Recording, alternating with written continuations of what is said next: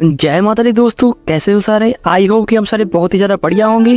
दोस्तों आज मैं आपको इस वीडियो में माता वैष्णो देवी जी की यात्रा और दर्शन की पूरी फुल डिटेल में जानकारी देने वाला हूं। अगर आप माता वैष्णो देवी जी के दर्शन की यात्रा का प्लान बना रहे हैं तो ये वीडियो आपकी बहुत मदद करने वाला है, इसलिए वीडियो पूरा देखना। और आज मैं आपको बताऊंगा कि आप माता वैष्णो देवी जी के दरबार कैसे पहुंच सकते हैं, यहाँ पर होटल और धर्मशाला कैसे और कितने रेट पर मिलेंगे, कौन सा रास्ता यात्रा के लिए बेस्ट रहेगा और यहाँ पर खाने पीने की क्या व्यवस्था रहती है।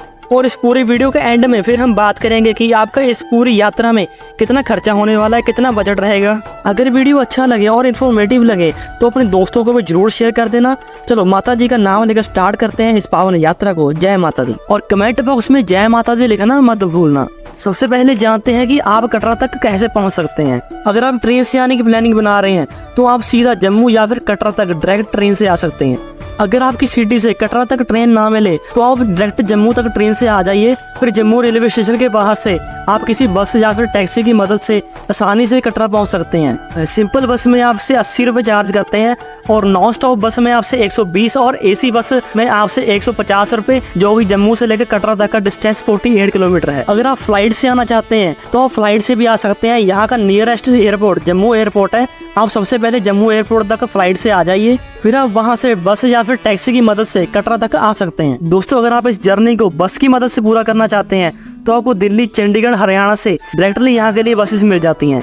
और दोस्तों अगर आप अपनी प्राइवेट कार से माता रानी के दर्शन करने के लिए आना चाहते हैं तो आप अपनी प्राइवेट कार से भी यहाँ तक आ सकते हैं। चलिए अब हम पहुँच चुके हैं कटरा। अब हम जानते हैं कि आप कटरा पहुंचकर होटल और धर्मशाला कैसे और कहां पर ले सकते हैं। दोस्तों कटरा में कटरा बस स्टैंड यहाँ का मेन सेंटर पॉइंट है। कटरा चौराहा के आसपास आपको बहुत सारे होटल्स मिल जाएंगे। यहाँ पर आप नॉर्मल रेट पर आराम से एक होटल ले सकते हैं। यहाँ पर नॉर्मल होटल के रेट्स 500 रुपए से स्टार्ट हो जाते हैं और 800 रुपए तक आपको बढ़िया रूम मिल जाएगा। अगर आप चाहें तो श्राइन बोर्ड द्वारा चलाए जाने वाले निहारिका कॉम्प्लेक्स में भी आप रूम ले सकते हैं। निहारिका कॉम्प्लेक्स बस स्टैंड के पास में ही बना हुआ है। यहाँ पर रूम्स के रेट 1400 से स्टार्ट हो जाते हैं और आपको नॉर्मल से लेकर डीलक्स कैटेगरी तक सभी रूम्स मिल जाएंगे। और अगर आप कम खर्चे में रूम लेना चाहते हैं तो आप यहाँ पर डॉर्मेंट्री भी ले सकते हैं, जिसका प्राइस 150 रुपए पर बेड है। अगर धर्मशाला की बात करें, यहाँ पर धर्मवीर धर्मशाला सबसे ज्यादा फेमस धर्मशाला है और भी बहुत सारे धर्मशाला है जहाँ पर आपको बहुत ही कम रेट पर रूम्स मिल जाएंगे। चलिए दोस्तों अब हम बात करते हैं यात्रा में यूज होने वाले सबसे इम्पोर्टेंट RFID कार्ड के बारे में। हर यात्री के लिए RFID कार्ड बनाना बहुत जरूरी होता है, जिसके बिना आप यात्रा नहीं कर सकते। इसे बनाने के लिए आप कटरा बस स्टैंड पर भी जा सकते हैं, वहाँ पर भी काउंटर्स बने हुए हैं, या फिर आप कटरा रेलवे स्टेशन पर भी बना सकते हैं। और अगर आप जम्मू से आ रहे हैं तो जम्मू रेलवे स्टेशन के बाहर भी आप RFID कार्ड बना सकते हैं। दोस्तों जब आप जम्मू स्टेट के अंदर एंटर होते हैं तो सभी आउटर स्टेट्स के सिम्स बंद हो जाते हैं, तो आपको यहाँ पर आकर जम्मू का नया सिम लेना पड़ता है, जिससे आप आसानी से कटरा रेलवे स्टेशन के बाहर या फिर जम्मू रेलवे स्टेशन के बाहर या फिर कटरा की मार्केट से भी नॉर्मल प्राइसेस पर आसानी से ले सकते हैं, जो कि 10 मिनट के अंदर चालू हो जाते हैं। अगर नेटवर्क की बात करें तो यहाँ पर जियो और एयरटेल दोनों सिम कार्ड के सिग्नल्स बहुत बढ़िया आते हैं। पूरे ट्रैक के दौरान आपको सिग्नल की प्रॉब्लम कहीं भी नहीं आएगी। दोस्तों अगर मार्ग की बात करें तो यहाँ पर माता रानी की यात्रा के लिए 2 मार्ग बने हुए हैं। एक पहला पुराना वाला मार्ग बाणगंगा मार्ग, नया वाला मार्ग ताराकोटी मार्ग। दोस्तों अगर मार्ग की बात करें तो बाणगंगा मार्ग थोड़ा कठिन मार्ग माना जाता है, क्योंकि उसमें चढ़ाई थोड़ी ज्यादा आती है। और अगर आप आसान चढ़ाई से जाना चाहते हैं तो नया मार्ग आपके लिए बेस्ट रहेगा, क्योंकि ताराकोटी मार्ग पर चढ़ाई थोड़ी कम आती है। अगर आप ताराकोटी मार्ग से जाते हैं तो आपको टोटल दूरी 13 किलोमीटर पड़ेगी। और दोस्तों अगर आप बाणगंगा मार्ग से यात्रा करते हैं तो आपको टोटल दूरी 12 किलोमीटर पड़ेगी। चलो दोस्तों आज हम माता रानी की यात्रा को बाणगंगा मार्ग से स्टार्ट करते हैं। सबसे पहले आपको कटरा बस स्टैंड से या फिर कटरा रेलवे स्टेशन से या फिर कटरा में कहीं से भी बाणगंगा चेक पोस्ट के लिए डायरेक्ट ऑटो मिल जाएंगे। आप डायरेक्टली ऑटो की मदद से या फिर टैक्सी की मदद से बाणगंगा चेक पोस्ट तक आ जाइए। अगर हम ऑटो रिक्शा के किराए की बात करें तो सभी ऑटो रिक्शा का किराया फिक्स है, जो कि 210 रुपए 4 पर्सन के मुताबिक लेते हैं। तो दोस्तों अब हम आ चुके हैं बाणगंगा चेक पोस्ट पर। दोस्तों यहीं पर आपका RFID कार्ड चेक होता है।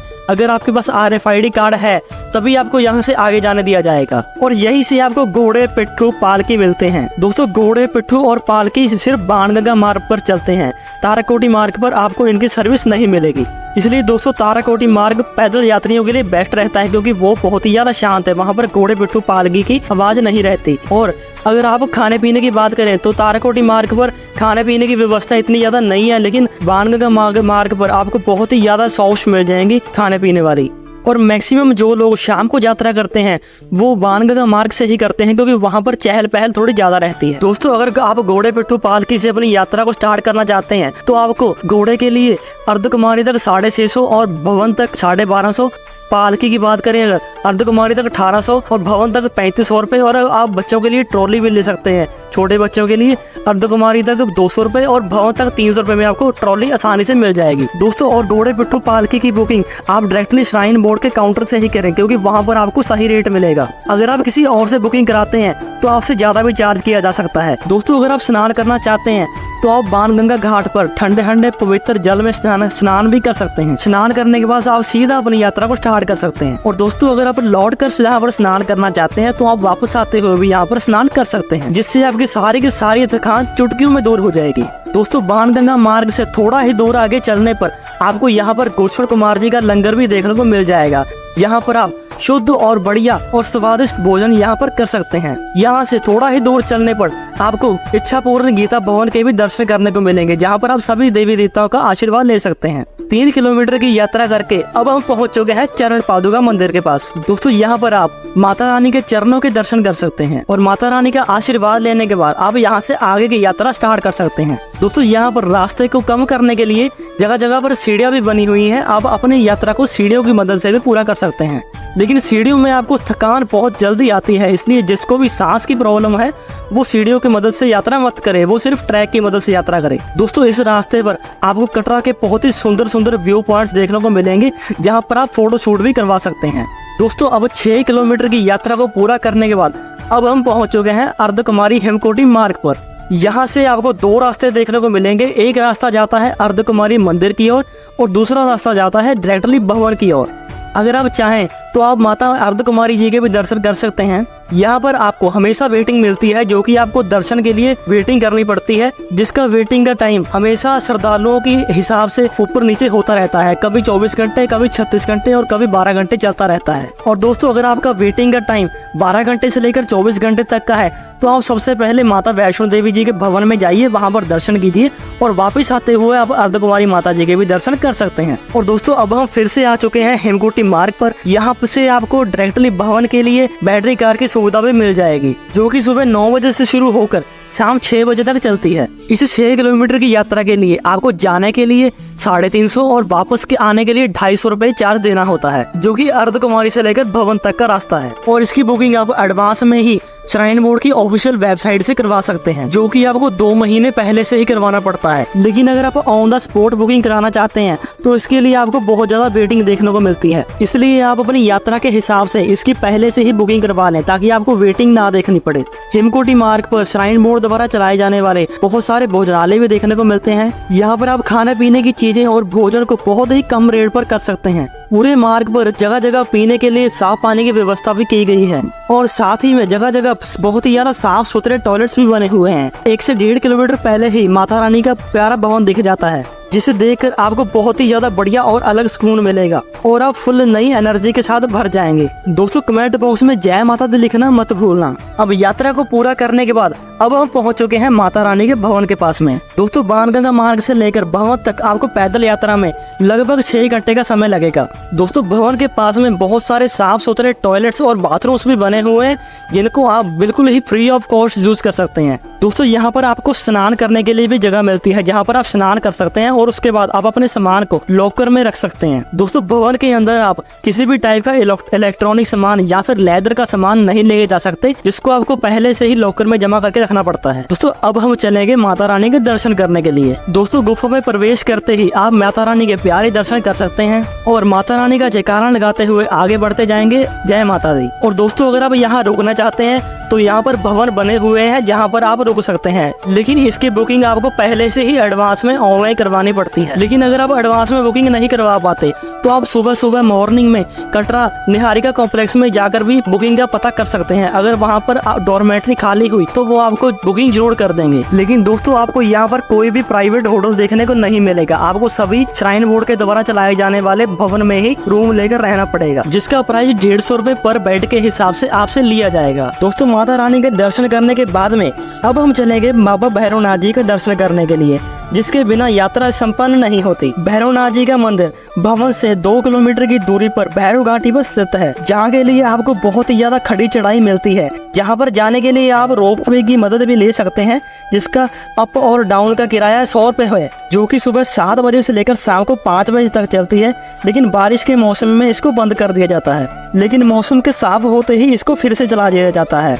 दोस्तों, रोपवे से माता रानी के भवन के नज़ारे बहुत ही ज़्यादा मनमोहक लगते हैं। आपको ये नज़ारे देखकर बहुत ही ज़्यादा सुकून मिलने वाला है। भैरव घाटी पर पहुंचने के बाद आपको भवन का बहुत ही सुंदर नज़ारा देखने को मिलता है और आपको यहाँ से पूरा कटरा देखने को मिलता है। दोस्तों, भैरव मंदिर के दर्शन करने के बाद आप पैदल यात्रा करके सीधा अर्धकुमारी को भी जा सकते हैं, या फिर आप वापस भवन तक भी आ सकते हैं। दोस्तों, यहाँ पर खाने पीने के लिए भी बहुत ज़्यादा भोजनालय बने हुए हैं, जो कि श्राइन बोर्ड के द्वारा चलाए जाते हैं। यहाँ पर आपको बहुत ही कम प्राइस पर बहुत ही बढ़िया खाना खाने को मिलेगा। दोस्तों, इसके बाद आप अपनी वापसी की यात्रा को भी स्टार्ट कर सकते हैं, जो कि आप हिमकोटी मार्ग की मदद से या फिर बाणगंगा मार्ग की मदद से पूरा कर सकते हैं, जिसके लिए आप हिमकोटी मार्ग से बाणगंगा मार्ग या फिर हिमकोटी मार्ग से ताराकोटी मार्ग, दोनों रास्तों में से किसी भी रास्ते को चूज कर सकते हैं। दोस्तों, आप कटरा से सीधा सांझी सत तक हेलीकॉप्टर की मदद से भी जा सकते हैं, जहां से भवन की दूरी सिर्फ 1 किलोमीटर रह जाती है, जिसे आप पैदल या फिर घोड़े की मदद से पूरा कर सकते हैं। और हेलीकॉप्टर की टिकट की बात करें अगर, तो वन साइड का 1830 रुपये और दोनों साइड का 3660 रुपये लिया जाता है, जो कि कटरा से लेकर सांझी सत तक का है। हेलीकॉप्टर की बुकिंग 2 महीने पहले से ही स्टार्ट हो जाती है, जो कि आप श्राइन बोर्ड की ऑफिशियल वेबसाइट से एडवांस में ही करवा सकते हैं, क्योंकि ऑन द स्पॉट टिकट्स बहुत मुश्किल से मिलते हैं। अगर मिलते भी हैं तो आपको बहुत ही ज्यादा वेटिंग का सामना करना पड़ता है। दोस्तों, आप कटरा मार्केट से शॉपिंग भी कर सकते हैं। यहाँ पर आपको ड्राई फ्रूट्स बहुत ही अच्छे और सस्ते रेट पर मिलेंगे। दोस्तों, अब हम बात करते हैं सबसे इम्पोर्टेंट बजट के बारे में। कितने खर्चे में आप माता वैष्णो देवी जी के दर्शन करने जा सकते हैं। दोस्तों, अगर आप 2 लोग आते हैं तो आप 2500 से लेकर 3000 पर पर्सन के हिसाब से बहुत ही बढ़िया तरीके से इस यात्रा को पूरा कर लेंगे। दोस्तों, इस बजट में होटल, खाने का, रोपवे का और जम्मू से लेकर कटरा तक का बस का पूरा किराया इंक्लूडेड है। और दोस्तों, अगर आप घोड़े पिट्ठू पालकी से यात्रा करते हैं या फिर 5 स्टार होटल में या फिर रेस्टोरेंट में खाना खाते हैं, तो आप उसके हिसाब से अपनी बजट को प्लान कर सकते हैं, जो कि थोड़ा ज्यादा आएगा, जिसके हिसाब से आप अपनी यात्रा को बहुत ही बढ़िया तरीके से संपूर्ण कर सकते हैं। लेकिन दोस्तों, अगर आप ट्रेन से या फिर बस से पैदल यात्रा अच्छे तरीके से करते हैं, तो आप मान के चलिए कि आप 2000 से लेकर 3000 के बीच में बहुत ही बढ़िया तरीके से यात्रा को पूरा कर पाएंगे। चलो दोस्तों, मेरे हिसाब से वीडियो के एंड में आपको पूरी की पूरी जानकारी मिल गई होगी। लेकिन अगर आपका फिर भी कोई क्वेश्चन है तो आप कमेंट बॉक्स में पूछ सकते हैं, हम उसका पूरी अच्छे तरीके से जवाब देने की पूरी कोशिश करेंगे। और आप और किस टूरिस्ट प्लेस के लिए वीडियो देखना चाहते हैं, कमेंट बॉक्स में जरूर लिखना। अगर वीडियो अच्छा लगा तो इस वीडियो को एक लाइक जरूर करना। कमेंट बॉक्स में जय माता दी लिखना मत भूलना, और अपने सभी दोस्तों को शेयर कर दो जो कि माता रानी के दर्शन करने के लिए आना चाहते हैं। चलो दोस्तों, मिलते हैं नेक्स्ट वीडियो में नई प्लेस के साथ।